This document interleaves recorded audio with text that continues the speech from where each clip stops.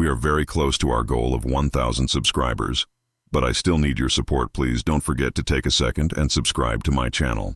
The winter of 1987 arrived early in the Upper Peninsula of Michigan, heavy and endless, pressing down on the mining town of Iron Lake until even sound seemed to freeze beneath the weight of snow. The last delivery truck had come through 3 days before Christmas, carrying bread, milk, and gossip, and by January the town had folded in on itself like an old photograph curling at the edges. Iron Lake was the kind of place where everyone's routines aligned like gears: morning coffee at the diner, evening mass at St. Therese, and the steady hum of the iron processing plant that kept the town alive even as it killed its workers one lung at a time. On January 9, 1987, the hum stopped. At 6:42 a.m., the plant's power cut out across the northern grid, leaving only the orange glow of emergency lights flickering through a curtain of falling snow. It was the morning 17-year-old Molly Harper failed to come home. Molly was the daughter of one of the shift supervisors at the plant, a quiet man named Dean Harper whose reputation for punctuality bordered on ritual. He'd worked 21 straight years without missing a morning shift. His daughter shared the same discipline, always leaving home at 7:30 sharp for school, trudging along County Road 12 in her red parka with a thermos of cocoa swinging from her hand. On that Friday morning, a neighbor named Ruth Danner saw Molly at the mailbox just before dawn, her breath rising in plumes as she waited for her father's truck to warm up. Ruth's window frosted over a moment later, and when she cleared it with her sleeve, the girl was gone. Not gone in the way people drive off or change direction, gone like a breath drawn in and never released. By noon, Dean Harper had already called the sheriff's office twice. Sheriff Hal Morgan, a broad-shouldered man whose patience had thinned alongside his hairline, thought it was another case of teenage rebellion. A small-town girl tired of winter and boredom, who'd probably hitched a ride to Marquette with friends. He didn't send a deputy until dusk, when the temperature dropped to 13 below and Molly still hadn't been seen. Deputy Ellen Brody drove the mile-long stretch between the Harper's driveway and the bus stop 3 times before spotting the first sign: Molly's thermos, half buried in the snowbank, its metal surface dented, cocoa frozen inside like a dark bruise. 20 feet further, the packed footprints that had tracked along the road suddenly stopped. Not drifted over, not scattered, stopped in a clean semicircle of disturbed snow surrounded by untouched white. Brody crouched there for a long time, her breath misting against the pale air, tracing the edge of the last footprint with her gloved finger, as if touch could restore its meaning. When she radioed it in, her voice sounded small, even to herself. The search began before dawn the next day. 17 volunteers from the town, all wrapped in mismatched coats and wool scarves, combed the roadside ditches and frozen fields. They called Molly's name until the words themselves lost meaning. The only thing they found was her school binder lying open on the embankment, papers stiff with ice, and inside a single Polaroid photo, an image of a snow-covered bridge Dean recognized instantly. It was the old Sable Creek Bridge, condemned 5 years earlier after a flood had undermined its foundation. Nobody used it anymore. The county had even pulled the road signs, but someone had been there recently. Fresh tire tracks, narrow and staggered, led from the main road into the trees and vanished near the frozen creek. The sheriff's department set up floodlights and cordoned off the area, the beams slicing through the darkness as men shoveled snow away from the bridge's cracked asphalt. At 2:13 a.m., one of the deputies found a small woolen mitten snagged on a branch at the edge of the ice. It matched the pair Molly's grandmother had knitted for her Christmas that year, cream-colored with red threading. Forensic teams from Marquette arrived 2 days later, bringing equipment that looked alien against the backdrop of pine trees and powder. They scanned the area, took plaster casts of tire impressions, and chipped samples from the frozen creek. No blood, no fibers, no sign of struggle. Only a single set of footprints that began halfway across the bridge and ended abruptly at the midpoint where the ice had thickened, undisturbed. Sheriff Morgan tried to rationalize it. Maybe the girl had walked out onto the bridge, grown scared, turned back. But that theory didn't account for the missing thermos, the photo, or the way her footprints simply ceased existing. The disappearance of Molly Harper spread across Iron Lake like frost, silent but unstoppable. Posters went up on telephone poles and grocery store windows. The high school held candlelight vigils in the gymnasium. Reporters from downstate came and went, turning the story into another segment in their Michigan Mysteries feature, their headlines oscillating between sympathy and spectacle. Dean Harper stopped talking altogether. He sat on the front porch for hours each night, his breath freezing in thin white clouds, staring at the road where his daughter's tracks had ended. His wife, Carol, tried to keep the house warm, but every room felt colder. When the pipes burst in the laundry room, she didn't even bother calling for repairs. She simply closed the door and let the ice spread along the walls. By February, the investigation had stalled. The FBI agent assigned to assist filed a report suggesting abduction, though no evidence supported it. Sheriff Morgan grew defensive whenever reporters mentioned the footprints. "Snow drifts," he told them. The storm erased what came after, but the townspeople weren't convinced. Rumors began to bloom, stories of strange lights near the forest, of an old mine shaft where noises echoed at night, of hunters who'd seen shadows moving against the wind. The logical explanations, runaway, accident, animal attack, all felt too small for what had happened. The town began to treat the bridge as cursed. By March, even teenagers stopped daring each other to cross it. Then, on March 18th, nearly 10 weeks after Molly's disappearance, a hunter named Tom Callahan discovered something embedded in the snow 3 miles north of Sable Creek. It was a red parka sleeve, protruding from the frozen drift like a flag. When deputies arrived, they dug carefully, uncovering a shallow cavity lined with ice. Inside lay Molly's parka, folded neatly as if placed there deliberately. No body, no bones, no blood. Just the coat and, beneath it, a small metal tag stamped with the number 47. The same numbering system used on employee lockers at the Iron Lake processing plant. Sheriff Morgan's tone changed after that. He closed the case area to volunteers, citing safety, and began interviewing plant workers instead of schoolmates. Something had shifted in his eyes, fear, maybe, or recognition. People started whispering that the sheriff knew more than he was saying, that whatever had happened to Molly had roots deeper than a random disappearance. But the snow kept falling, and Iron Lake remained silent, each new layer burying not just the landscape, but the truth itself. When spring finally came, it didn't bring thaw, only rot. Meltwater ran red with rust from the old mines, and the bridge collapsed entirely under the weight of the runoff. The official record listed Molly Harper as missing, presumed dead. Her file would sit in a steel cabinet for 32 years, untouched until the summer of 2019, when a construction crew unearthed something beneath the old processing plant's foundation, a discovery that would reopen Iron Lake's darkest winter and force the town to confront what it had buried beneath the snow all those years ago. The Iron Lake processing plant had been the town's metronome for half a century, a low-slung maze of corrugated steel and steam lines that exhaled mineral breath into every season and paid its bills with the slow erosion of men. By 1987, the place ran on routines as old as the ore seam, whistles at 6:20, coffee breaks at 9:10 and 11:35, lockers numbered in neat rows from 1 to 112, master keys in a supervisor's drawer, security logs that nobody read unless someone stole copper. Locker 47 belonged to a pipefitter named Warren "Red" Lafferty, a square-jawed veteran with a wedding ring groove even when he forgot the ring. He told Sheriff Morgan he'd lost his locker tag in December, that he'd reported it to the clerk but kept the locker anyway, and the sheriff wrote the statement down without looking up because his eyes were stuck on the neatness of the red parka found in March, and the way the number had been laid beneath it like an instruction. The plant's floor boss, a man named Arlen Pike who wore button-down shirts to prove he didn't do labor anymore, vouched for Lafferty and said the tag system was a joke anyway. Men swapped them like bottle caps. Morgan nodded and went home late, and Iron Lake told itself a story about a teenager and a bridge and a winter too long to write a clean ending. The case cooled not with a decision but with a shrug. Ellen Brody did not shrug. She had been a deputy for 5 years in 1987, a transplant from downstate who had learned to float her old Chevy through black ice and to listen to the pauses in a man's sentence more than the words that followed it. She kept Molly's file on the end of her desk even after the sheriff moved it to the cabinet. She retook statements in May from anyone who hadn't changed their story and from everyone who had.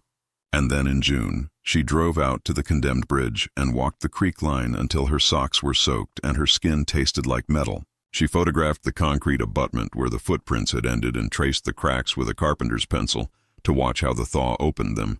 And then she drove to the plant and asked to see the maintenance bay on a Sunday when only skeleton crews were working. The maintenance chief showed her racks of chain and crates of salt and a snowplow blade that had snapped 2 winters earlier and replaced in-house because corporate didn't approve the order. Brody crouched by a shelf of de-icer and found a coffee can filled with screws and washers whose labels had peeled away to show only a black marker note. Bridge. The maintenance chief laughed and said everything was a joke back then. The guys would write UFO on a broom if it got a laugh, and Ellen took the can and logged it as miscellaneous hardware from Plant Storage A and wondered why jokes needed to be cataloged.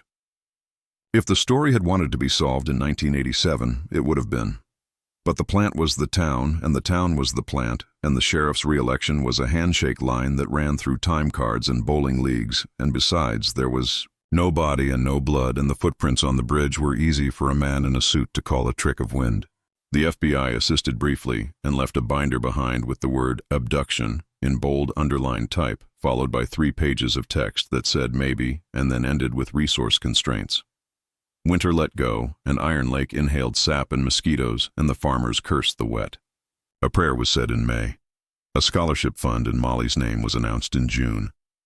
And by August, the poster on the diner bulletin board was sun-faded to a ghost. Dean Harper returned to the line after 2 months and never spoke of the morning. The plant's breakers died. Carol took a job part-time at the clinic and placed an empty chair at every holiday with the same politeness she used to ask people if they had a fever.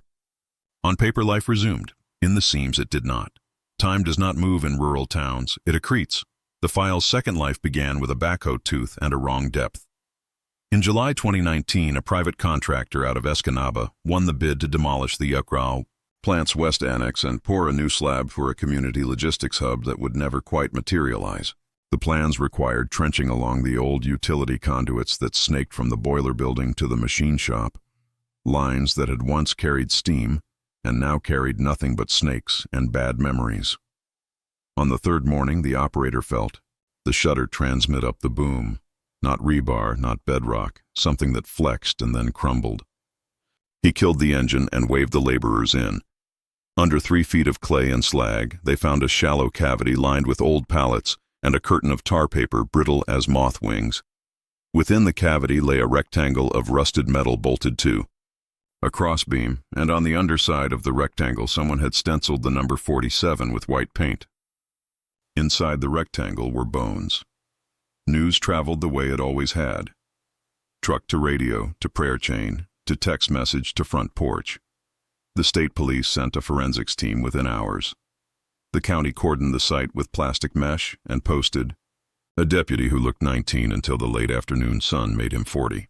A woman in a hard hat cried without trying to hide it, and a man in a town council jacket asked whether the discovery would affect grant timelines. The medical examiner's office worked with care and economy. The old plant had taught everyone that waste was a sin. The bones were human, obviously. A partial skeleton arrayed with care, ribs nested within pelvic arcs like fragile birds, vertebrae aligned, hands crossed at the sternum. No skull visible at first until one of the techs brushed aside a slough of dirt and clay and revealed an orbital rim empty as a cup. There was no clothing, but there were traces, flakes of wool fused to mineral, a button stamped with a snowflake motif, and beneath the pelvis a small rectangle of cracked plastic, clouded with age, that once might have been the window of an ID badge. When they lifted it into a tray, the plastic split and a sliver of paper slid out, carrying 2 letters, M.O., and beneath them, the ghost of a high school logo.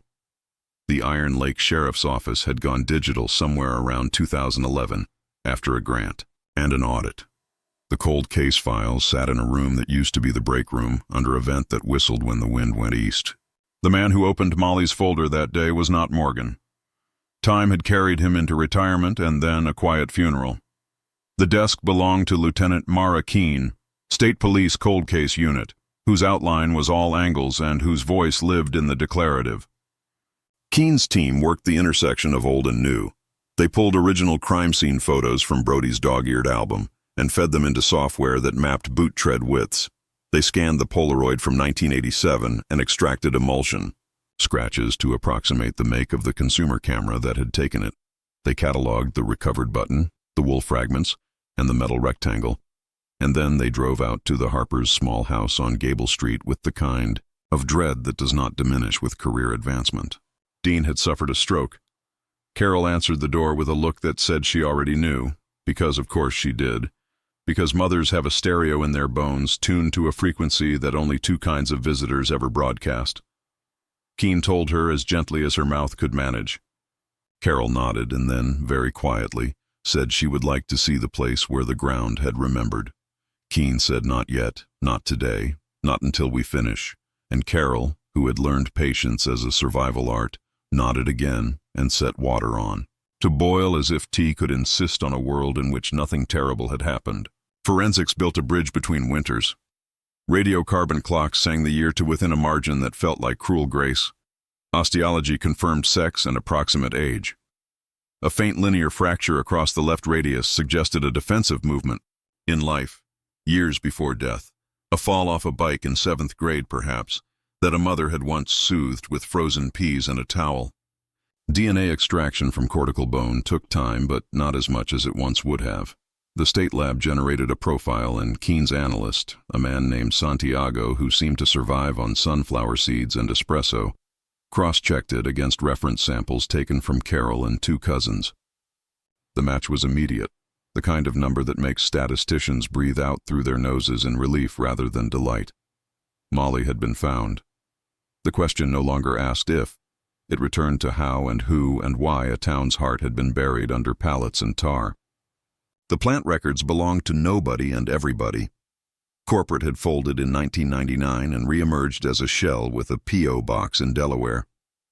The union's paper archives had gone moldy in a flood. Keene built her own ledger. She asked for time cards and got shrugs. She asked for locker assignments and got nostalgia. It was Brody, now retired and managing her grief with bird-watching and the stubborn maintenance of a 1980s file cabinet in her garage, who produced the only document that mattered in the first month, a mimeographed locker chart she had copied. In '87, after a janitor named Earl told her that numbers mattered more than names in a place where men learned not to write down favors. The chart listed 47 beside Lafferty's name in blue ballpoint, and beside it, faint as breath, a pencil notation that was almost an apology. Temp, Klein, relief. Brody had not followed that faint line at the time, because leads multiply and hours do not. In 2019, Keene did. Relief Kleins were a species in every plant. Men who could run a press, fix a pump, sign for deliveries, drive a forklift, keep a secret. This one was Joseph Joey Klein, 23 in 1987, hired seasonal, laid off seasonal, a quiet boy with a good jumper who never did go to college. He appeared in the town yearbook for 2 years and then faded into the backs of other people's photographs. His HR file, reconstructed from the office secretary's memory and a single payroll stub found in a shoebox, listed an address on Turner, road that now belonged to a hunting camp under a different name. The DMV produced a driver's license photo from 1992 and a moving violation from '94, and then a nothingness that felt less like absence than like erasure. Keene sent 2 investigators south toward Escanaba and 1 west to a last known roommate. She sent herself to the bridge and then to the plant trench because her method required her feet in the dirt and her eyes wet from the same wind that battered the first responders. She stood at the lip of the cavity while the backhoe idled and watched the exposed foundation like a surgeon watches an old scar. She saw bolt heads she did not expect to see and the pattern of tar paper clouts that matched nothing in the demolition plans. She saw care in the way the hole had been constructed, the kind of care that came from a man who believed his hands were the only honest tools he had. The bones told their own chapter. The ME noted a faint crescent defect on the occipital bone that suggested a blow rather than a fall, fine fractures on the zygomatic arch consistent with a fist or a heavy tool, a small bony spur at the right, knee that aligned with a school sports injury recorded in Molly's medical file, and 2 parallel grooves across the hyoid region indicating ligature compression that did not break the bone but bruised it in life, a strangulation that may have been interrupted or combined with blunt force. There were traces of crystalline deposits embedded in the sinus cavities, a residue that the lab identified as an uncommon mixture of calcium chloride and fly ash. exactly the combination used in the late 80s to keep the plant's loading bay free of ice. Someone had studied winter as if it were a machine to be serviced. Keene stitched the old witness statements to the present, like a seamstress with mismatched thread. Ruth Danner, the neighbor who had seen breath plumes at dawn, was 84 now and still lived at the edge of the Harper's Drive with a radio that only played polka. She spoke in complete sentences as if she had been rehearsing for 32 years. She remembered the way the morning power dip had turned her kitchen clock into a blind face. She remembered the way the silence after power failures always felt, louder than the machinery, and how in that silence she had heard a truck that did not sound like Dean's. She described a high idle and a whine, hydraulic. She thought now, something with a pump. Brody had written it down in '87, and then the note had fallen behind other notes. In 2019, Keene copied the description and sent it to a retired mechanic who had once maintained the plant's fleet. He called an hour later to say that the only thing in Iron Lake that made that particular pitch when it was cold was the auxiliary hydraulic unit on the small blue boom truck the plant used to lift ductwork. It had a quirk, he said. You had to goose the throttle or it would cough itself to sleep. Lafferty, the official owner of Locker 47, was long dead. A heart attack in a shovel full of snow, 2003, and his widow's memory was a room with furniture covered in sheets. She remembered Joey, though, because he had fixed her porch steps after the flood, and because he had cut his hair short the week Molly vanished, and because her pug had barked at him only twice, and that dog never barked at anyone only twice. Keene asked about the week of January 9th, 1987, and the widow said the men had all worked overtime because the plant needed to finish a rush order before the holiday shutdown day. She remembered a power outage at dawn. She remembered Arlen Pike shouting at the electricians and then laughing with them an hour later, the way men do when they stand in a circle and make terms with their fear. She remembered seeing Joey carrying a coil of tar paper on his shoulder, heading toward the West Annex, not because anyone told him to, but because in those days, a young man who worked like he knew the plant would marry him was a sight that made older men tender. It took 3 weeks to locate Joey Klein. He was not in Escanaba or Kingsford or anywhere along the boundary lines of his youth.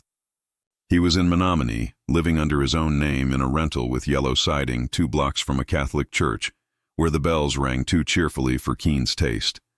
He worked as a groundskeeper at a county park. He coached youth basketball. He had a wife who taught 3rd grade and a son in the Navy, and a routine that did not flag at the intersection of their questions and his schedule. He answered the door when Keene and the local detective knocked, and then stalled behind the screen door the way Midwestern men do, filling the space with weather and opportunity to retreat. Keene introduced herself plainly, showed her badge, and saw a micro-expression pass across his face that she had learned to recognize in the mirror when a memory she thought she had shelved came free. He let them in and made coffee, and the house smelled like potpourri and old lumber. He asked about the plant, and then about the trench, and then about the remains. And Keene watched his pulse flicker, and his fingers drift unconsciously to touch the base of his throat, as if the word hyoid lived under his skin. The interview was conversational by design. Keene asked about 1987 as if it were a weather pattern instead of a time, and watched which nouns he supplied unprompted. He remembered the locker chart, which most men did not, and he remembered the blue boom truck's temper in winter and how you had to warm it or lie to it.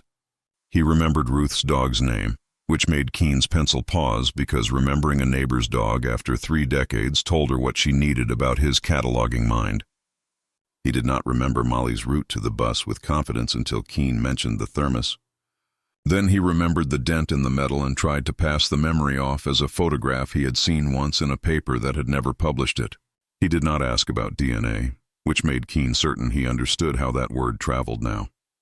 When the coffee was gone, he offered more and didn't wait for an answer, stood at the sink with his back to them, and stared at the winter-glazed yard like a man revisiting a field where he'd once buried wire he meant to forget. Keene did not arrest him. There was work to do. She left with a cordial handshake and a promise to follow up. Outside, the wind off the bay sliced through her coat and made her mouth taste like batteries. She sat in the cruiser and wrote the words blue boom truck and tar paper cavity and defensive fracture, and then she wrote the name Pike. Because if Joey was the pair of hands that built a grave under the plant, someone had provided the time and shelter for him to do it, and someone had signed the maintenance logs that would make the blue truck's absence less visible. She drove to county records and then to the electrical inspector who had been 30 in 1987 and now walked with a polished cane. He remembered the dawn the lights died. He remembered filing a report that said the main breaker had tripped because of a ground fault somewhere near the West Annex, and that a man he didn't know had been standing by the panel when he arrived, smelling like coal and cigarettes and looking like a nephew who had arrived too early to awake. He remembered the man's eyes because they were the color of iron dust when it sticks to a tear. In the second month, Keene convened a meeting in a conference room that had once been a classroom. She laid the photos from 87 and 19 side by side, bridge and trench, footprint and bolt head, and she told the story back to the room the way Iron Lake had told itself, a softer version for too long. The morning power failed at 6:42. Molly was seen at the mailbox within that hour. A truck with a hydraulic whine was heard. Footprints ended at a bridge and could not explain their own cessation. A red parka sleeve was found and beneath it a locker tag. A cavity was later discovered beneath the plant's West Annex, reinforced with pallets and lined with tar paper. The exact tar paper sold at the shop in 1987 and stored in the maintenance bay. Bones placed carefully, no dismemberment, no scattering. This was someone who believed in order. Residues of calcium chloride and fly ash in the sinuses. A blue boom truck that could lift weight and whose absence could be disguised as repair. A relief worker with access and skill. A supervisor named Pike, whose office door had a paint scuff at shin height that forensic light now showed to be wool fiber transfer in a color that matched the seam thread of a parka lost in a blizzard. She watched the room's expressions tilt from skepticism to hunger. The sheriff asked the question that formalized their direction. How do you prove a man lifted a girl off a bridge without touching the snow? Keene pointed to the photograph of the boom truck, its insulated bucket faint against the sky. The room went quiet as if someone had finally described the trick. They needed more than theory. They needed chain. Brody produced it from a banker's box she had labeled Misk, Plant, and never had the heart to throw away. In it was the coffee can marked Bridge, and inside that can were washers and bolts, and pressed to the bottom by rust and time. A torn tag from a safety harness that named the model of a fall arrest lanyard owned by the plant in 1986 and replaced in 1988. The manufacturer still had catalog pages, because manufacturers never throw anything away. The lanyard's heat-sealed webbing used a distinctive stitch pattern. Keene's team took luminol to the underside of the bridges, remaining beam ends, and found faint chemical. Ghosts of a de-icer recipe not used by county. Crews but mixed in bulk at the plant and spilled on a Wednesday in January 1987, the day the plant had brought the boom truck to the annex for a supposed light fixture replacement that no one remembered and that the purchase orders could not confirm. She drove the blue truck's potential route, a service road from the plant to a point within 80 yards of the bridge through a stand of pine where the rutted path, now overgrown, still held the memory of heavy axles and a certain curvature. The Polaroid found in Molly's binder showed a bridge at an angle only obtainable from a bucket aloft. The camera that made that Polaroid had a shutter spring that left a particular diagonal light leak at certain temperatures. The leak matched one on a Polaroid camera recovered from the plant office when it closed in '99 and sold at auction to a man who died with it in his basement. By the end of August, Keene had geometry and motive whispers and 2 men alive who had the means to convert winter into disappearance. She had a mother at her kitchen table who asked only that the truth be not ornamental. She had a retired deputy whose hands shook when she circled a date on a calendar she had kept in a drawer for 32 years. She had a suspect who still coached children to square their shoulders to the basket and a former boss who now sold used cars under an inflatable gorilla on Route 2 and who claimed not to remember the winter of 1987 in any detail because winters had a way of stacking in the mind. The arrest would not happen yet because the story required a key that would slide into the last lock with a click they could hear even over the sound of lawyers. That key would be found in a cardboard tube at the bottom of a bin in the county archives. A set of as-built drawings rolled up and misfiled under HVAC that showed the exact location of a conduit chase poured in 1968. A chase directly beneath the West Annex that could be accessed by a lift bucket if a man knew his map and his night and his storm. The blueprint had a smudge at one corner where someone's thumb had pressed hard enough to leave. A print in graphite. In the margin, faint, were the initials AKP. Keene stared at them until the letters were no longer letters but an address. Then she stood, closed the tube, and told Brody she would need her to come along when they went to ask Arlen Pike why the blueprint of a conduit buried beneath his plant had his initials and whose prints those initials had intended to keep. The Pike residence sat at the north edge of Iron Lake, a weathered colonial with flaking blue paint and a garage full of tools that hadn't been used since the plant closed. Arlen Pike had been 60 when the town signed the paperwork to dismantle its livelihood in 1999. Now he was 79, hard of hearing and harder of trust, living with a daughter who worked nights at the nursing home. When Lieutenant Keene and retired Deputy Brody arrived that September morning, the air carried the scent of wet leaves and the faint hum of distant chainsaws cutting firewood for another long winter. Pike answered the door in slippers, his hands still strong enough to grip the frame, his eyes narrowing not in confusion but calculation. Keene introduced herself, said she was reopening the 1987 Harper case. His jaw flexed once, as if remembering a muscle he'd tried to forget. He invited them in because refusing would look worse. Inside, the house smelled of varnish and something stale. The walls were lined with photographs of men in hard hats, plaques from safety committees, and a framed aerial shot of the Iron Lake processing plant, back when it still breathed. Keene placed the blueprint tube on the table. She watched him glance at it and then at her badge before pouring himself coffee. "You were maintenance supervisor when the West Annex was built," she began. Pike nodded slowly. "We had a lot of annexes," he said. "You'll have to be more specific." Keene slid the blueprint out, unrolled it carefully across the table. The yellowed paper crackled. "This conduit here," she said, tracing the line that ran directly beneath the slab where Molly's remains had been found. "Your initials are on the corner, AKP. Pike leaned forward, squinting, his mouth tightening around the edges. "That's my hand, sure," he admitted after a moment. "I signed off every set that left my desk. Doesn't mean I poured the concrete." Brody watched him the way she used to watch suspects during her deputy years, looking for the tells people couldn't suppress once guilt began to heat the air. Pike's hand trembled slightly when he reached for his mug. "You remember a kid named Joey Klein?" Keene asked. The old man smiled faintly. "Of course. Hard worker. Quiet. One of the good ones."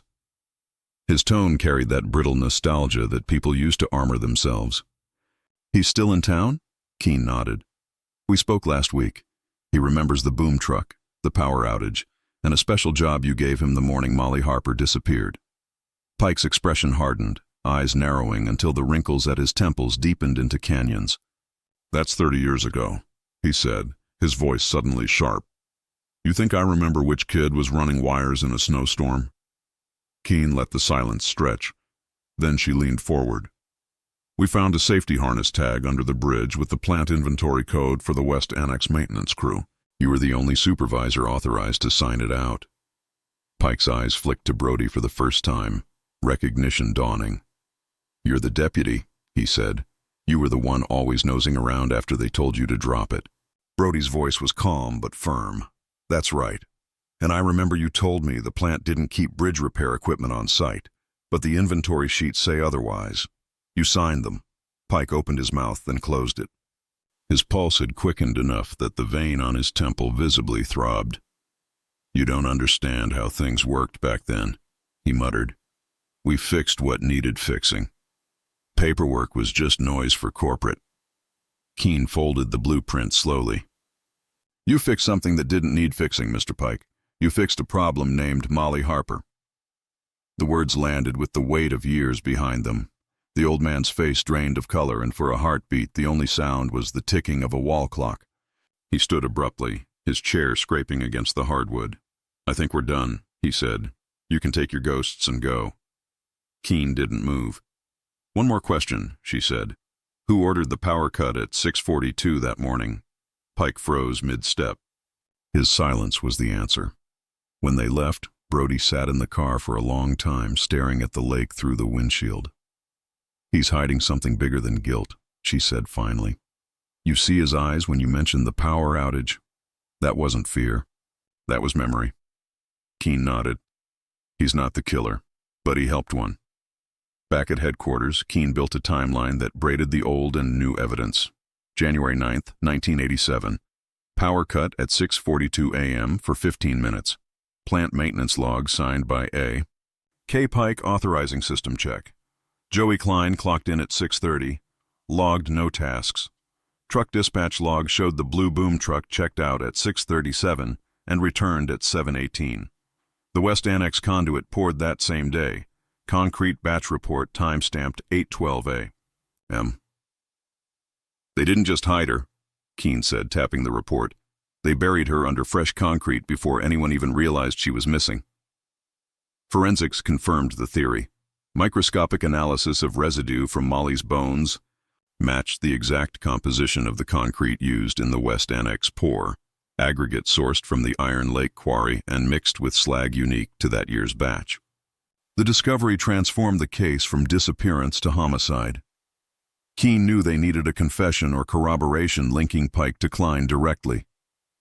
She authorized a wiretap on Klein's phone under the pretext of monitoring contact with a potential witness.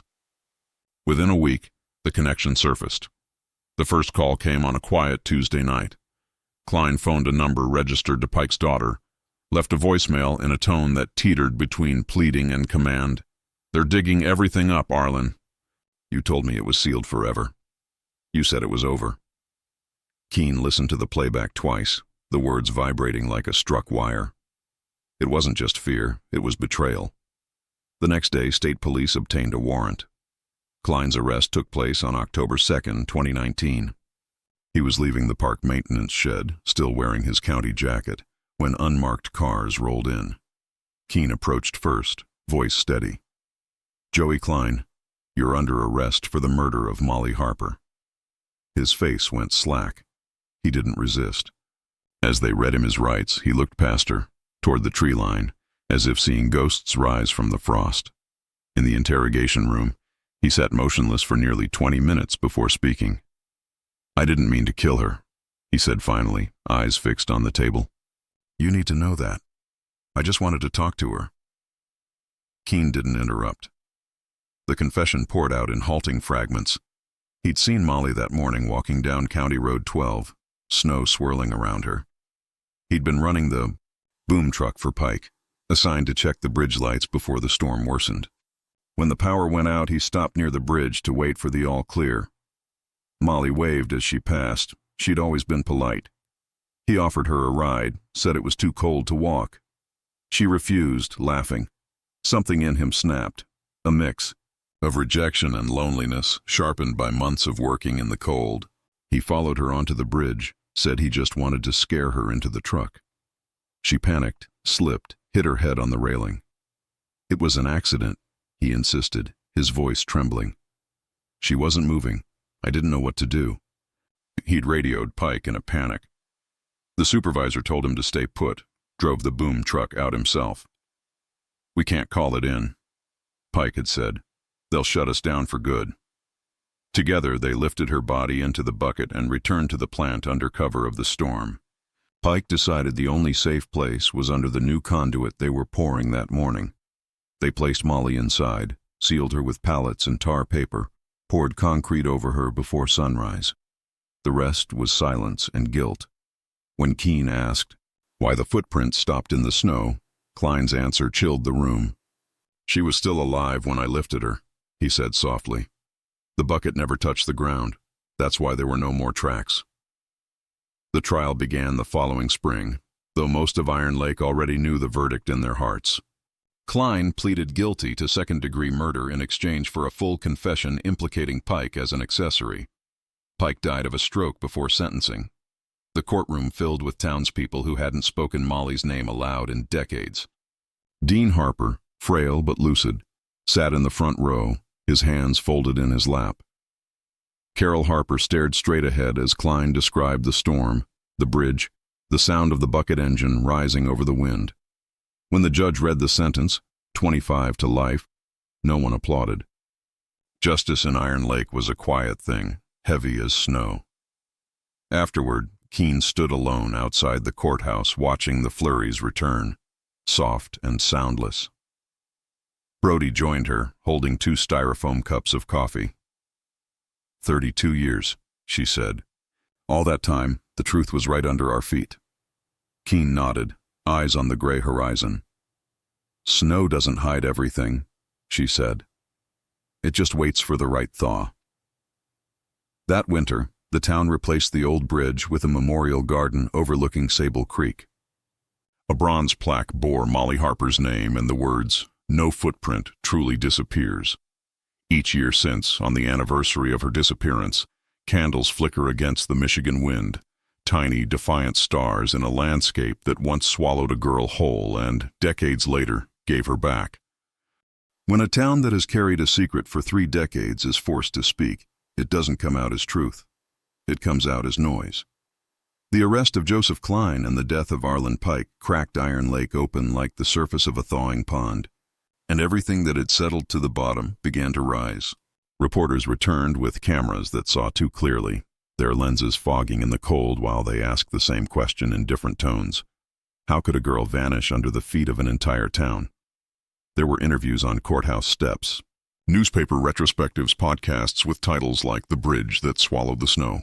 Strangers drove in from Marquette and Green Bay to take photographs of the new memorial garden and the creek that had once been sealed in ice.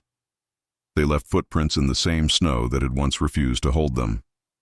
Iron Lake became a destination, and for the first time in its slow, rust-colored history, that felt wrong. Lieutenant Mara Keene stayed behind after the cameras left. Closure was never her vocation. She had built her career on endings that did not heal. The Harper case had become both proof of concept and a wound. Proof that time did not erase evidence, only buried it, and a wound because she knew how thin the line was between obsession and purpose. The week after the sentencing, she drove back to the West Annex site. The logistics hub had stalled. The foundation lay open, skeletal beams rising from frozen earth. She stood where the tar paper cavity had been, boots crunching on gravel that smelled faintly of old cement, and closed her eyes. Beneath her, the soil still remembered weight. She imagined the sound of the boom truck's hydraulics echoing across the winter of 1987, that high metallic whine that no one had heard for decades, and she thought of Molly, 17 years old, a thermos of cocoa swinging from her hand, unaware of the machinery of fate aligning against her. Retired Deputy Ellen Brody joined her there a few days later, bundled in a wool coat that belonged to her late husband. They didn't speak for several minutes. The wind carried the ghost of furnace smoke from town. When Brody finally spoke, her voice was thin and certain. "He wasn't lying when he said it was an accident," she said. Keene turned, eyebrows drawn. "Accident or not, he buried her alive." Brody nodded. "I know, but I mean Pike. He wasn't covering for himself. He was covering for the plant." She gestured toward the decaying smokestacks on the horizon. "He believed if the story got out, that a supervisor's equipment killed a local girl, the corporate office would have shut this place down, hundreds out of work, the town dead overnight. He thought he was saving them. You have to understand how people around here were raised. The plant was God." Keene didn't reply. She watched snow collect on the edges of the excavation tarp, a white shroud over old guilt. "Gods demand sacrifices," she said finally. In the months that followed, Iron Lake struggled to relearn itself. Some residents refused to speak to reporters or police ever again. Others embraced the attention, selling hand-painted mugs that said "Justice for Molly" at the diner. The High School renamed its scholarship fund in her honor, and Carol Harper, now 81, sat in the front row every year to hand out the award. She never moved away. "Someone has to stay where she left," she told Keene when the lieutenant visited that spring. The house was smaller now, quieter. Dean had passed 2 winters earlier, his chair by the window still dented in the cushion. Carol had replaced the broken pipes, repainted the walls. Only the porch remained untouched, the place where Dean had once watched the road for his daughter's return. "You think she knew?" Carol asked suddenly. Keene hesitated. "That she was dying?" Carol shook her head. "That they'd find her someday." Her voice cracked around the word "find." Keene thought of the shallow cavity, the way the bones had been arranged, careful, almost reverent. "I think she believed someone would look," Keene said. And someone did. The investigation didn't end with Klein's conviction.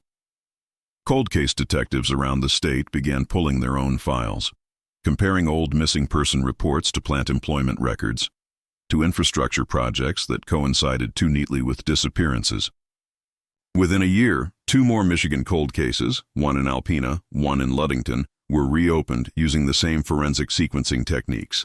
The press called it the Harper effect, as if the resurrection of buried truth was a scientific formula instead of a collection of stubborn hearts unwilling to forget. For Keene, the case became both legacy and mirror. She gave lectures at police academies, her tone steady but eyes distant, warning recruits that evidence isn't the same as truth, that every piece of proof carries the shape of the person who preserved it. She talked about snow density, degradation of footprints, the chemical signature of old de-icer. But what she didn't say, what she could never articulate in a classroom, was how silence echoes louder than sirens in small towns, how sometimes the cold doesn't just preserve bodies, it preserves lies. By the 2nd anniversary of the conviction, Keene's hair had grayed along the temples, and she had developed the habit of waking at 6:42 a.m. without an alarm. She would make coffee, sit by the window, and listen to the silence between electrical hums. That silence had become an old friend. She once told Brody that she'd begun to hear things in it, not voices, but absences, the negative space of everything Molly might have been. Brody, who had taken to walking the lakeshore every morning, nodded and said the same thing happened to her, but with light. She could still see the shape of the girl's red parka against the snow whenever the sun broke through fog. In 2022, the state erected a plaque near the new Memorial Bridge summarizing the case. Molly Harper, 1970-1987. Missing, found, remembered. Keene attended the dedication, standing among townspeople she barely recognized. The mayor gave a speech about perseverance and community healing. The crowd applauded at the right moments, but the applause sounded hollow against the wind. When it was over, Carol Harper approached her, small and bent, but eyes bright. "I want you to have something," she said, pressing a small object into Keene's hand. It was the dented metal thermos, polished clean. "They gave it back to me after the trial. I kept it by her photo, but I think it belongs to you now. You found the rest of her." Keene tried to refuse, but Carol insisted. That night back at her apartment, Keene set the thermos on her desk beside the case file. She poured whiskey into it, toasted the air, and whispered, "Found, but not finished." Because she knew what the reports didn't, that guilt in small towns never fades. It migrates, changes names, hides in the folds of history like sediment in a frozen lake. Years later, long after Keene retired, a local journalist contacted her about writing a book on the case. He wanted the human side, he said. Keene declined the interview but sent him a single quote in an email. "Iron Lake didn't bury a girl. It buried a moment when the town could have told the truth and chose not to." The quote became the book's epigraph. And still, winters came. Snow gathered on the memorial bench each January, melting slower each year as if time itself were reluctant to move on. Brody passed away in 2028, her funeral attended by 3 generations of Iron Lake residents. Keene spoke briefly, recounting how Brody had refused to give up when the town begged for silence. After the service, she walked to the memorial garden, alone, the air thick with the smell of pine and iron dust. The creek below murmured faintly beneath a skin of ice. She placed a small Polaroid photo on the plaque, a reprint of the one found in Molly's binder, and watched the wind lift it, carry it across the water, let it settle somewhere she couldn't see. In the years that followed, Iron Lake changed. The old plant grounds became a solar array, rows of glass panels glinting under pale skies. The town's population dwindled but steadied. The diner stayed open under new ownership. Some nights, travelers stopped to take pictures of the plaque, uploading them to forums that collected stories of solved cold cases. The comments always said the same thing. She's at peace now. But peace was never the point. Memory was. By 2030, Keene had moved to Marquette, living quietly near the harbor. She still received Christmas cards from Carol until the winter of 2032, when the last one came postmarked from a nursing home. It contained a single sentence written in careful, wavering script. "Thank you for bringing her in from the snow." That spring, Keene drove back to Iron Lake one final time. The garden was overgrown, but the plaque still stood. She sat on the bench for nearly an hour, tracing the engraving with her fingers. The air was cool, the sky the same shade of pale gray it had been in 1987. Somewhere nearby, a boom truck operated by the new solar company lifted panels into place, its engine whining with that same hydraulic pitch, unchanged by decades. The sound sent a shiver through her spine. Not fear, but recognition, the echo of history repeating itself in mechanical tones. She smiled faintly and whispered, "I hear you." The snow began to fall then, thin flakes at first, then heavier, swirling across the bridge and the frozen water below. For a moment the world turned white, erasing footprints, smoothing edges, reminding her that winter in Michigan never truly ended. It only waited. The year the lake refused to thaw on schedule, a new detective graduated into the cold, a woman who had sat in the back of Lieutenant Mara Keene's lectures and learned to treat silence as specimen rather than void, and her name was Eva Rios, daughter of a snowplow driver and a librarian, who taught her that the spine of a book and the spine of a winter road both hold their communities upright. She requested assignment to the State Police Cold Case Unit not for glory, but because she understood that some work is custodial, that the living require caretakers of the dead, so that the dead might hold their shape in memory. And when her supervisor asked why she wanted the worst cases, she answered that she had grown up in a house where the scanner talked all night and nobody looked away. In March, she was paired with Keene for a review sweep of Upper Peninsula disappearances that clustered along the years 1985 through 1991 like frost blooms on a window. 3 young women. 1 man, all declared missing in winter months. All last seen within 5 miles of power plants or processing facilities. All of them filed into cabinets and left there when nothing bled. The Alpena file had already been reopened. The Ludington case was beginning to whisper. And the 4th, a 1989 disappearance out of a paper mill town called Fox Hollow, waited like a sealed room whose air had not been exchanged in decades. A night worker named Daniel Holt walking home after a swing shift in January, coat zipped to his neck. A lunch pail empty except for apple cores. A woman on a porch hearing footsteps that ended at the corner of Heron and 6th, as if the past were practicing vanishing tricks. The Holt file was slim and sour, a record of a town that refused to oxygenate memory, a half-page of patrol notes about snow cover and wind direction, a set of black and white photos of footprints that deepened into nothingness where the sidewalk turned toward the municipal culvert, a statement from a mill supervisor named Rourke who said he'd never liked the boy and didn't know why the state police were in his office, and a handwritten map of storm drains drawn by a maintenance man whose cigarette ash had fallen into the ink. Rios ran her fingers over the copies as if the paper could be warmed back to confession by human heat, and said to Keene that Fox Hollow smelled like Iron Lake from 2 counties away. Keene nodded once and told Ava to bring her boots. Fox Hollow had kept its secrets under pulp and steam, and the smell of wet cedar stacked like promises along the river. By 2019, the mill was a museum that sold T-shirts printed with retired logos, and the tour guide spoke about community and the artistry of paper, and did not mention the year a young man disappeared on his way home while the culverts sang. And when Rios and Keene arrived, the town presented them with well-rehearsed politeness, the kind small places use to keep strangers from bruising their routines. The deputy assigned as liaison told them the old storm system had been replaced. In 2003, after a flood drowned 2 basements and nearly carried a child into an outfall. The blueprints were somewhere, probably, and the man who had drawn the old map had died 10 years ago. Keene asked for the as-builts anyway, and Ava followed the deputy down a corridor that smelled like lemon cleanser toward a records room, where the humidity breathed, and she remembered Carol Harper's words about bringing someone in from the snow, and she felt the same obligation spreading through her like brine through slush. The blueprints were there, mislabeled under Parks and Rec, rolled tight into a tube that had once contained a 4th of July banner, and when Rios uncurled them the paper broke like thin ice, but the lines held. The 1958 storm grid traced in precise ink, a sequence of culverts and maintenance shafts that ran beneath Heron Street and turned west toward the river at 6th. A junction chamber the size of a living room marked access via temporary shoring only, and in the corner the initials KJR. which turned out to be the old maintenance foreman, Kenneth J. Rourke, the same last name as the mill supervisor who had dismissed Holt with disdain in 1989, and who would now be 83 if he were alive.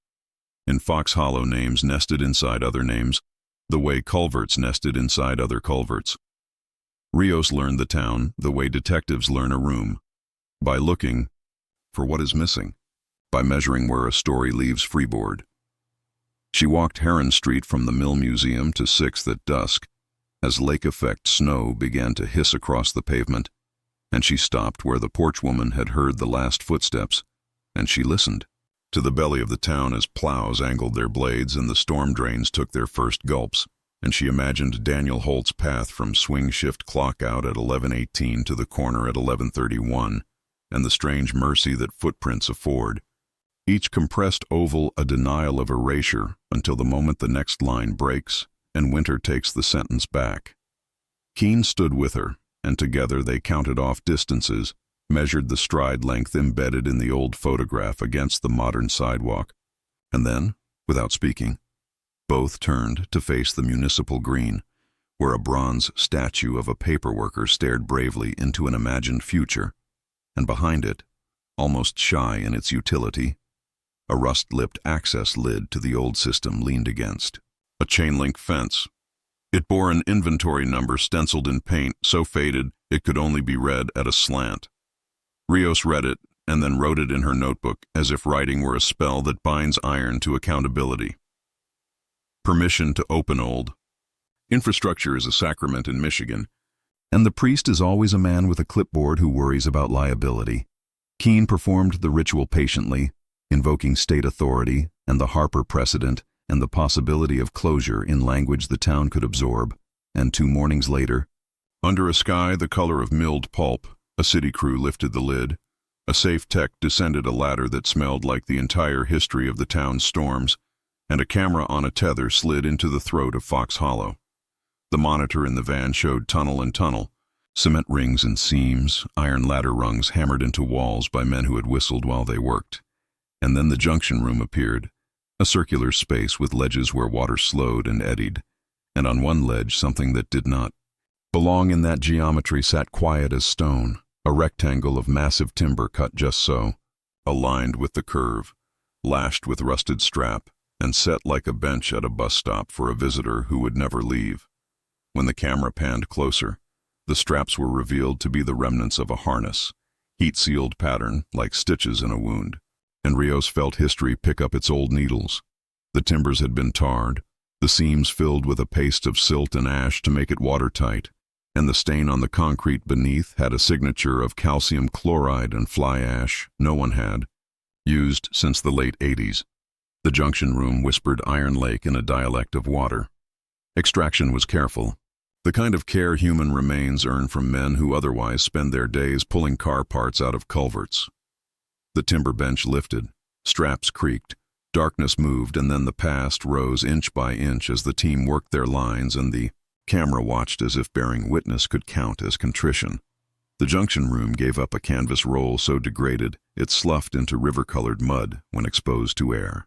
And inside the roll was a concentration of bones held in a geometry that suggested deliberate arrangement rather than current. Rings of fiber clung to phalanges, the ghost of a glove. A medallion surfaced from silt, a St. Barbara charm, patron of miners and engineers, loop broken. And when the Emmys lab rinsed it days later, the initials DH were legible on the back, though the H could have been a half-erased K, and for a moment Ava wondered whether memory was playing at typography. But the dental record removed doubt. Daniel Holt had come home by a river rather than a road, carried by absence rather than by neighbor witness. And Fox Hollow had to choose between the comfortable lie that winter eats and the harder truth that men build devices for winter to feed upon. The town wanted a lone monster because lone monsters require no interrogation of civic ego. Keene refused to narrate that comfort. She and Rios built their chain. Holt's swing shift supervisor in 1989 had been Kenneth Rourke's son, Patrick, a man who became mill foreman in 1992 and city councilman in 1998, and who currently chaired the volunteer committee that cared for the Mill Museum. The storm on January 23, 1989, had cut power to the south grid for 19 minutes. Mill pickup truck with a small hydraulic crane had been signed out that night by a maintenance temp named Linwood Page, who had since died of a heart condition. But the signature on the checkout log looked practiced, the L looping in a way that matched Patrick Rourke's cursive on a 1995 campaign flyer. The timber bench had been cut from the mill's scrap and smelted with a particular tar formula used only for lining vats during that era.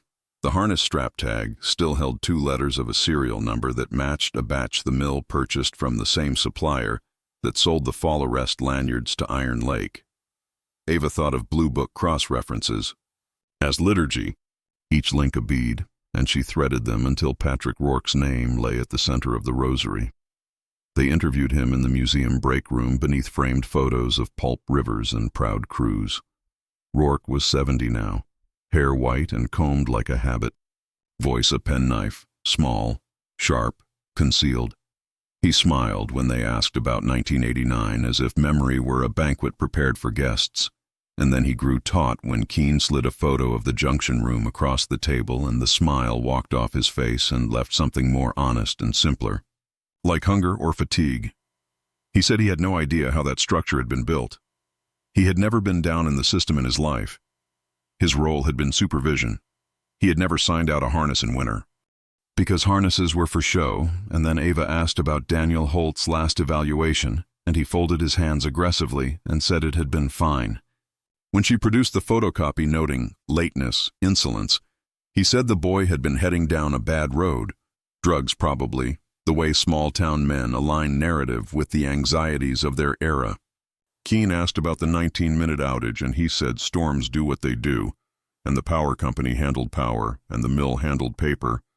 And when Keene said the outage aligned with a truck checkout and a structure in a junction room lined with tar made from mill scrap and a harness from a batch that his purchase order named, he cocked his head and said, "Lieutenant, do you know what it means to be responsible for 300 paychecks?" And the question landed the way Pike's logic had landed, a morality that measured lives by payroll rather than birthdays. Keene, who had grown adept at speaking to gods who demanded sacrifice, said quietly, "It means you bury fewer children if you tell the truth." And the break room's refrigerator kicked on and sounded like applause that had lost its hands. Fox Hollow did not get a confession. It got something grayer and therefore truer, a statement from a retired city worker, anonymous by necessity, who remembered in the winter of '89 seeing a mill truck reverse down Heron at 11:40 p.m. instead of taking the access road, who remembered a man in a municipal parka with a badge clipped inside the pocket as if he did not want to be official, and who had Rourke's posture stiff with ownership. The worker remembered the sound of hydraulics complaining in cold and a rope on a spool hissing through gloved hands, remembered a laugh from the bucket like a cough. The worker had not spoken because he had a mortgage and children, and because in towns like Fox Hollow proof is not evidence until someone else says it first. Now he spoke with his face toward the window and his name toward the dark, and it was enough for a prosecutor to write a charge sheet and for a judge to sign a warrant that the sheriff served with care suited to a man too old to run. Rourke was arrested and released the same day, his arraignment set for after the holidays, his lawyer building a narrative about infrastructure maintenance and coincidental chemical signatures and the unreliability of memory. Ava sat in the parking lot afterward and watched snow climb the shoulders of parked cars and felt the familiar difficulty settle into her sternum. Not doubt, but the density of truth when mixed with time. The Holt remains were laid to rest in late January as the river beneath the culverts sang the same songs to colder ears. Daniel's younger sister, now gray at the temples, held Ava's hand at the graveside and said that for 3 decades she had avoided walking down Heron because the sidewalk there held a negative of her brother's existence. Now she could cross it without bracing for a ghost to step into her. Keene stood a little apart, her coat like a punctuation mark against the snow, and watched Ava receive a gratitude that the job never let settle anywhere comfortable. Afterward, over diner coffee that tasted like burned advice, the younger detective told the older that she had felt Iron Lake in the culvert, not as contagion but as template, a way of thinking about winter as insulation for decisions too cowardly to face spring. And Keene said that templates propagate until named, that the work before them was not to arrest every Rourke, but to unteach the convenience of letting storms narrate. And Ava wrote that on a napkin as if she could pin the wind. News outlets did what news outlets do. They braided Holt into Harper, printed dual headlines that made Fox Hollow resent Iron Lake's gravity, even as it benefited from the state's attention. And the phrase Harper effect grew legs it did not deserve. Keene agreed to one interview and delivered sentences trimmed to utilitarian bone. Footprints can vanish by design. Concrete remembers the recipe of its year. Culverts are rooms where secrets persist longer than marriages. And the camera leaned in like a parishioner hungry for liturgy.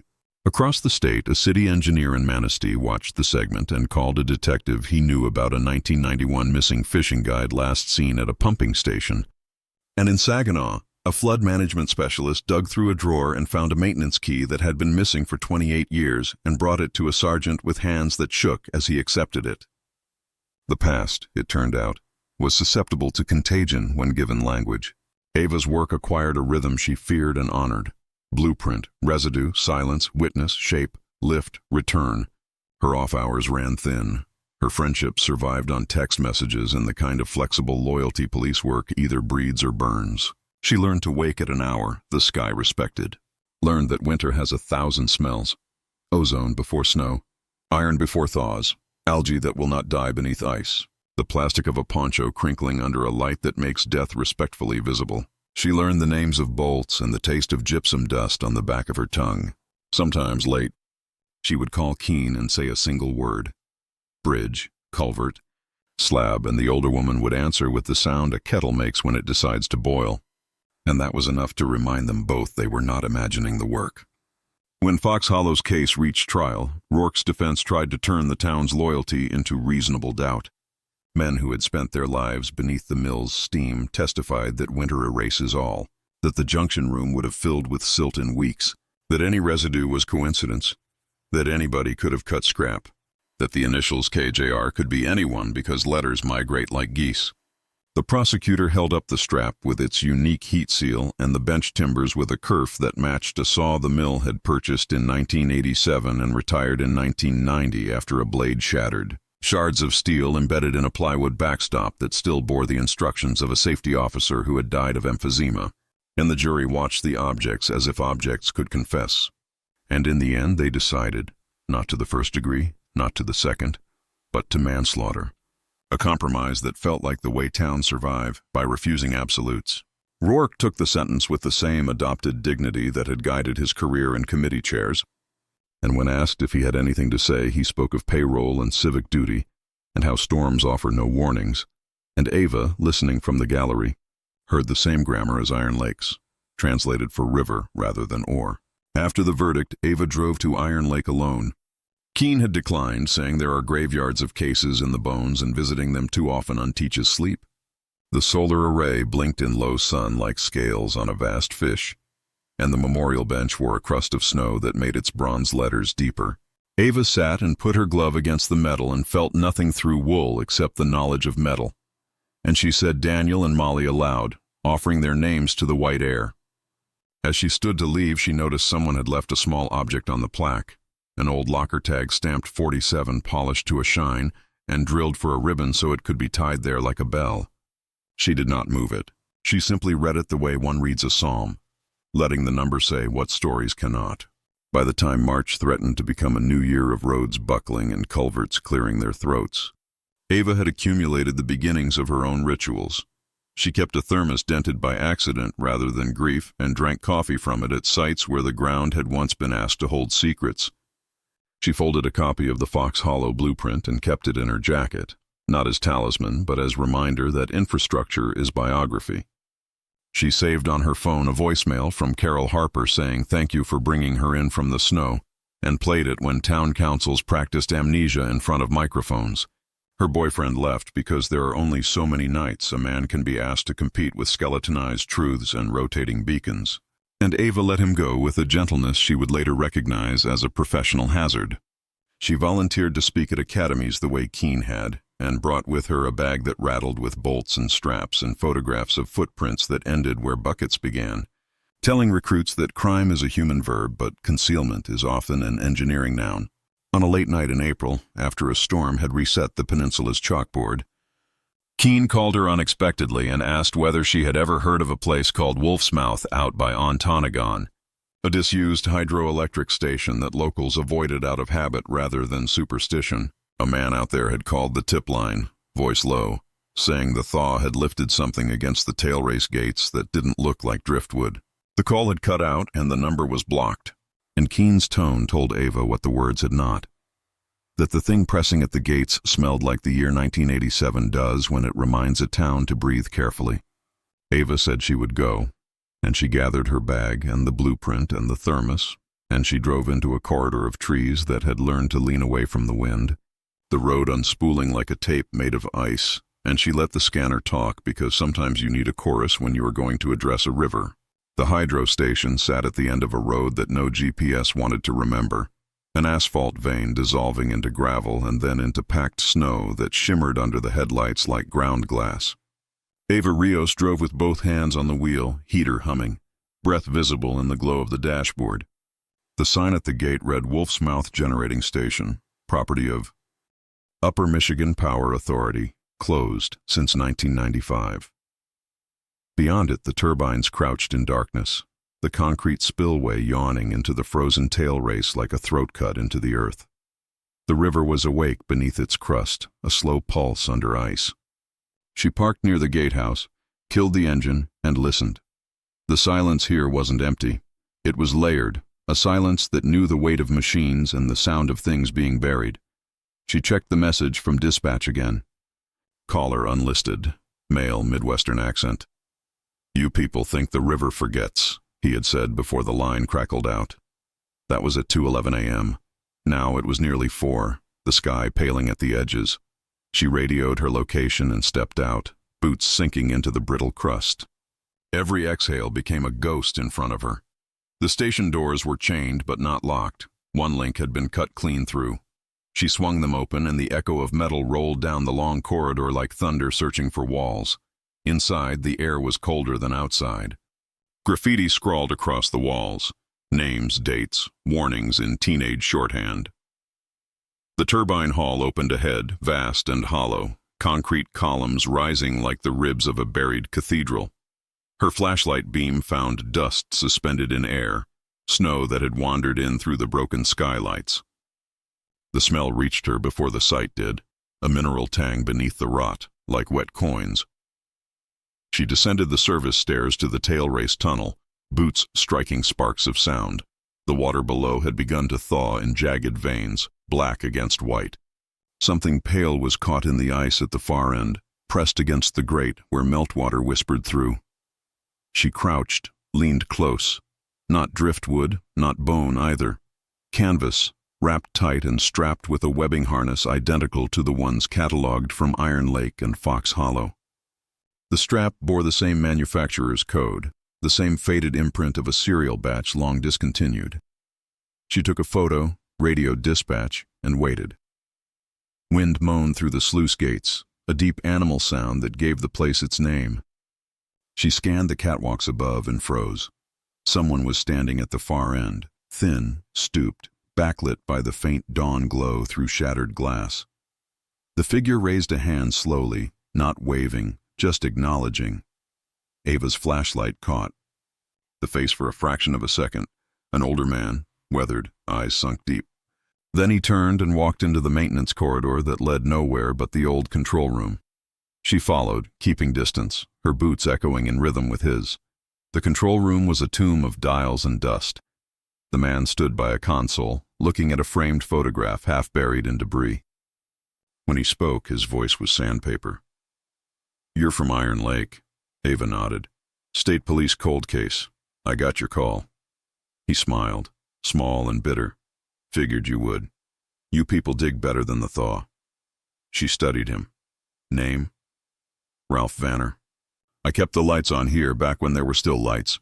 He touched the edge of the console. "Pike used to come through for inspections. Brought a kid once, said he was learning the trade. That was '87. You already know what kind of trade it was." Ava felt her stomach tighten. "You worked with Pike?" "Worked under him, until they shut this place down, said the turbines were obsolete.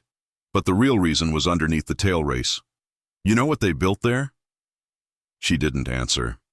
A dump for their sins, he said softly. Barrels, scrap, whatever they didn't want inspectors to see. Then one winter they brought something else, not metal, smaller, wrapped up like that down there. He pointed toward the frozen canvas. I told them it wasn't right, he said. They told me to keep the gate closed and my mouth tighter, but rivers don't keep secrets. Every spring it moves a little closer to the surface. Ava's radio crackled. Backup was 20 minutes out. She asked Vanner if he'd ever opened the dump. I did last week, he said. Wasn't planning to. The thought chewed through part of the bank. Saw the edge of fabric, same as you just did. I knew it wasn't over. It's all connected, isn't it? Yes, Ava said. Iron Lake, Fox Hollow, maybe more. He turned toward her, eyes clouded but sharp. You think those two were accidents? You think men like Pike and Rourke invented the idea of hiding guilt under concrete? They were following orders. There's a line that runs from those plants all the way downstate. Company cleaned its books with dirt. I kept records. I was scared, but I kept them. He moved to a locker and pulled out a metal box, rusted at the hinges. Inside, bundles of log sheets, maps, Polaroids of construction sites labeled with plant codes and dates, 1987, 1989, 1991. Her flashlight beam froze on one photo. 3 men in hard hats standing beside a boom truck with the company insignia barely visible through grime. Pike, Rourke, and a third man she didn't know. That one, Vanner said, tapping the photo. He was corporate safety inspector. Came from Lansing every quarter. Name was Monroe. He approved every cover pour we did, said it was cheaper than proper disposal. The missing piece slid into place in Ava's mind like a lock accepting a key. The same cereal batch on every harness, the same concrete mix, the same decade. Monroe had been the thread connecting it all. Where is he now? She asked. Vanner smiled thinly. Where all old inspectors go, south, warm. But he'll feel the frost when you knock on his door. The sound came then, a groan deep in the turbine shaft, metal straining against cold. The ice below them cracked loud as thunder. Ava rushed to the railing. The canvas bundle shifted, water rising around it. The current was trying to take it. She grabbed a line from the wall, tied it to the railing, and descended halfway down the access ladder, icy water spraying her face. With one hand she hooked the strap, pulled hard.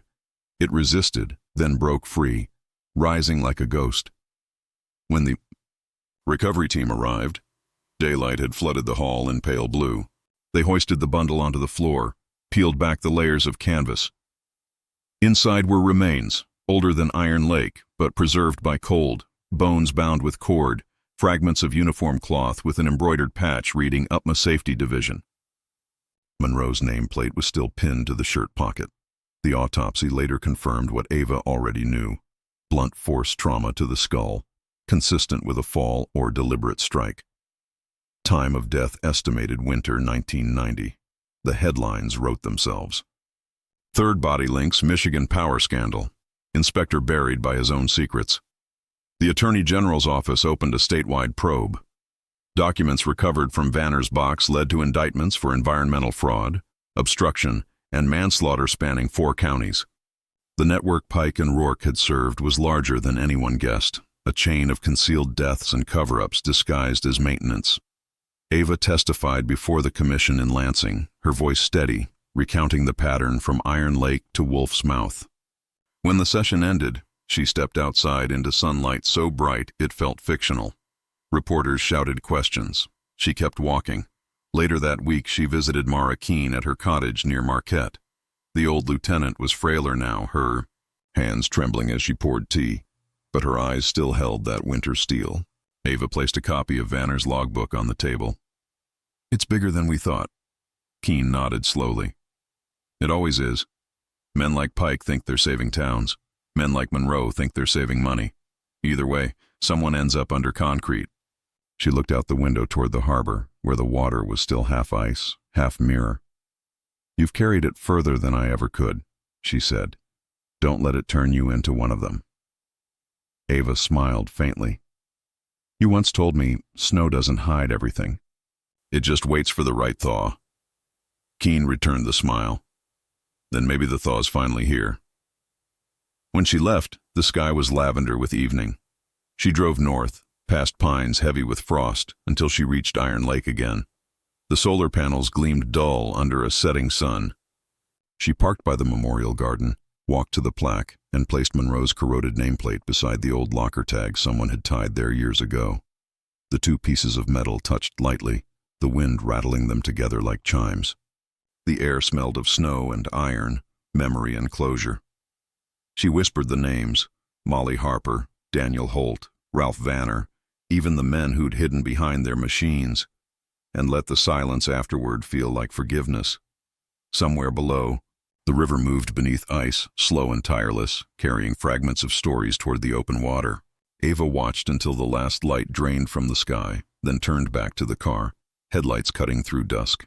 The investigation would continue, she knew. There were still towns to thaw, still bridges that whispered.